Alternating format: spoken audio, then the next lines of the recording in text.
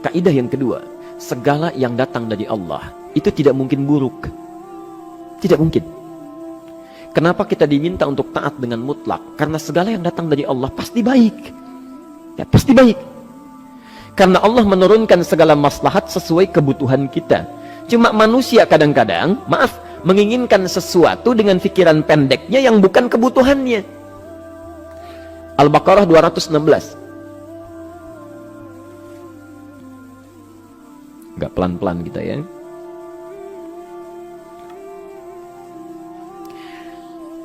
Bapak Ibu kalau diminta milih, pilih motor, pilih mobil. Pilih motor, pilih mobil. Kalau sebagai manusia biasa pilih motor, keterlaluan itu. Umumnya akan memilih mobil. Akan memilih mobil umumnya.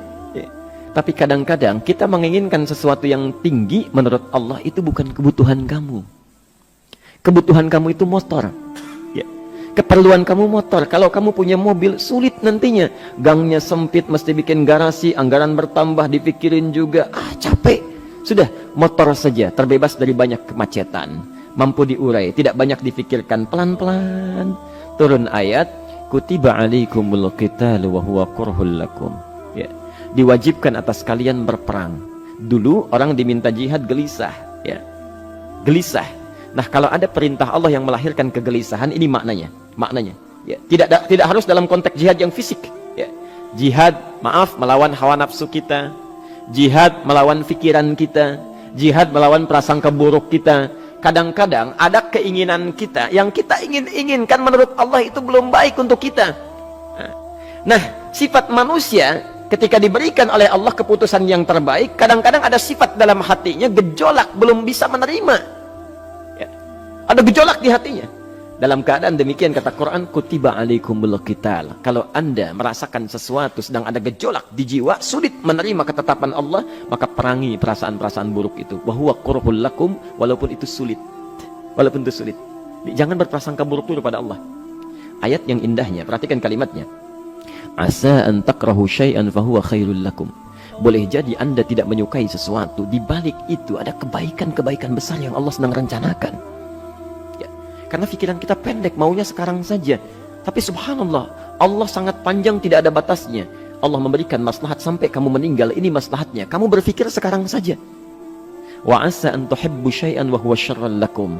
Sedangkan boleh jadi di balik yang kita sukai ada keburukan yang sedang menunggu kita di depan ini, kamu tidak tahu. Ya.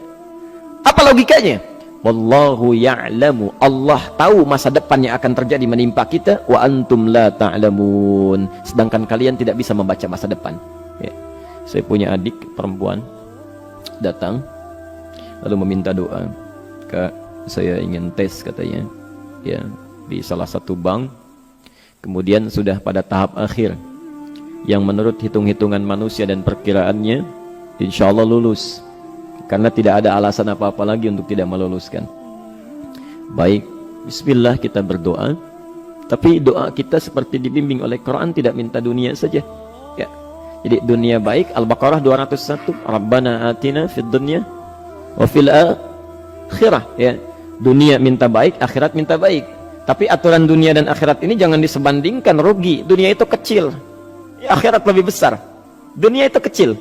Makanya diatur di Al-Qasas ya, ayat 77 sampai 78 itu aturannya wabtaghi fima atakallahu daral akhirah wala tansa nasibaka minad dunya. Minta seluas-luasnya akhirat, tapi dunia jangan berlebihan. Ya. Sekedar mencukupi kebutuhan kita saja. Ya. Pakaian, Bapak Ibu sekalian, ya, kita beli pakaian sesuai kebutuhan saja, jangan berlebihan. Ya.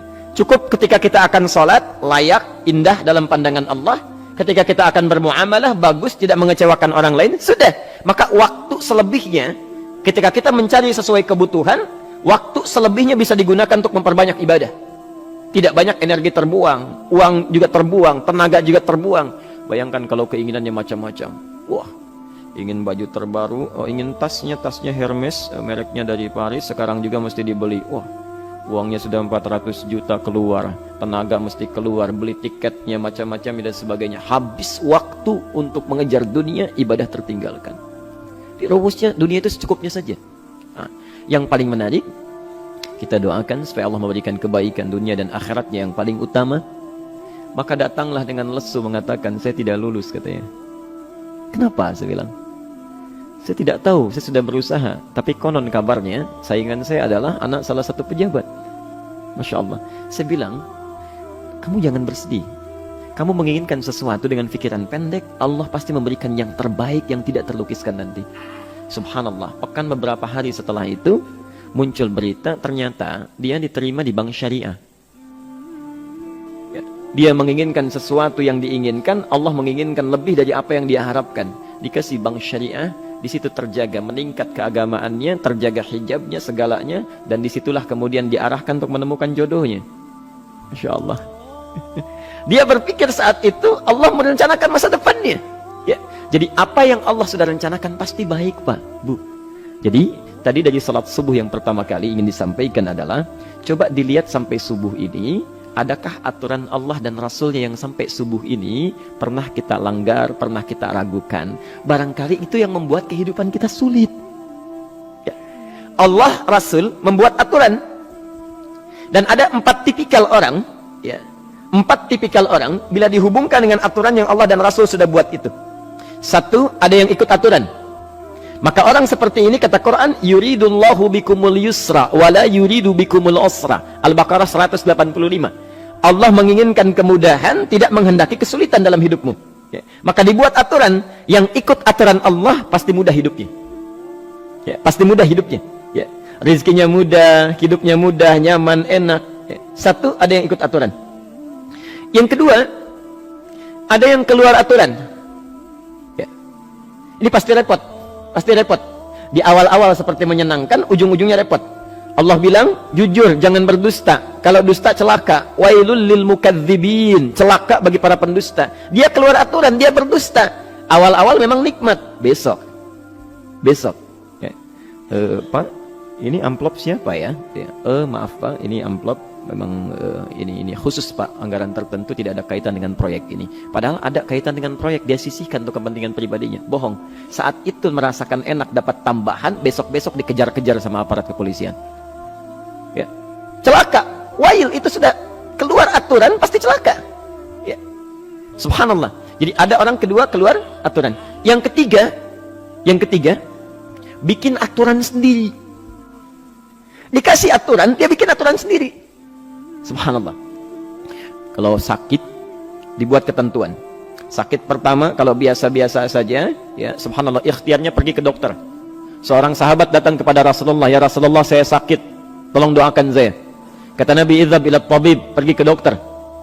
Ini orang pintar sekali. Kata orang ini, ya Rasulullah, Anda kan Nabi Rasul, angkat tangan Anda, Allah kan maha menyembuhkan, nanti Allah sembuhkan saya. Cerdas ya?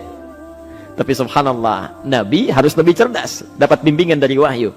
Pergilah ke dokter, karena kesembuhan yang telah Allah tetapkan dititipkan di tangan para dokter. Masya Allah, pergi ke dokter. Ya. Itu rumus pertama. Nanti kalau dokter sudah pada hand up, ya, angkat tangan, tidak mampu menyembuhkan, itu tandanya Allah ingin langsung menyembuhkan tanpa turut campur makhluk yang ada. Maka kaidahnya akan berubah nanti, ya, dari kaidah biasa kepada kaidah Al-Anbiya ayat 83 sampai 84. Itu aturan yang menyembuhkan langsung dari Allah Subhanahu wa taala. Tapi kalau Anda sakit, perginya ke dokter. Ya. Cuma ada manusia bikin aturan sendiri. Sakit, pergi ke dukun. Ya. Dukun nggak bisa, pergi ke paranormal. Dirinya pun sudah nggak normal. Makanya disebut paranormal, karena nggak normal. Ya. Tapi didatangi juga, gitu, bikin aturan sendiri. Karena itu jadi lebih sulit hidupnya. Ya. Doa, minta pada Allah, kan sederhana. Ya. Doa, nggak bayar, nggak ada macam-macam, Masya Allah, gampang sebetulnya. Ada kekeringan, sekarang kan banyak kekeringan ya, banyak kekeringan. Dikasih rumus, subhanallah, dikasih rumus yang tidak perlu pakai biaya, meluangkan waktu, itu pun berpahala juga. Dunianya dapat, akhiratnya melimpah. Ya. Dikasihlah salat istisqa, Masya Allah, tinggal minta, memohon kepada Allah. Salat, mengangkat tangan, mohon pada Allah, subhanallah. Manusia tidak bikin aturan sendiri. Digarami saja. Orang garamin sayur, dia garamin awan. Cari biaya miliaran, terbang pakai pesawat. Kalau Allah tidak berkehendak, ya sudah. Ya. Ayo silahkan, berapa biaya yang mau kamu kumpulkan, tenaga yang kamu kumpulkan, silahkan aja. Ya. Yang ini hujan, bikin kering lagi di sana. Sana hujan, bikin kering lagi di sana. Mau sampai kapan? Ya. Dikasih yang gratis tinggal muncul. Cuma manusia bikin aturan sendiri, ya susah hidupnya. Itu yang ketiga. Yang keempat, ada orang nggak mau diatur. Allah bikin aturan, dia nggak mau diatur. Ya, Masya Allah. Ini yang luar biasa. Inilah yang fasik. Fasik itu keluar dari aturan, menyimpang, tidak mau diatur dia. Ya, tidak mau diatur. Karena itu Bapak Ibu sekalian, dari ayat yang pertama ini, ya, mari kita evaluasi sampai dengan hari ini subuh. Dari ayatnya memang sederhana, singkat, padat, cuma satu ayat. Tapi meminta kita untuk melihat, sudahkah sampai hari ini taat pada Allah dan Rasulnya? Yang kedua, ketaatan kita apakah selalu ragu atau sudah melahirkan keyakinan yang paripurna? Ya. Yang ketiga, pelajari aturan-aturan Allah terkait kehidupan kita. Aturan salat, aturan muamalah, ya, aturan beraktivitas, aturan berumah tangga. Pelajari itu supaya mendapatkan kemudahan. Biasanya kesulitan didapatkan karena kita belum mengenal aturan Allah.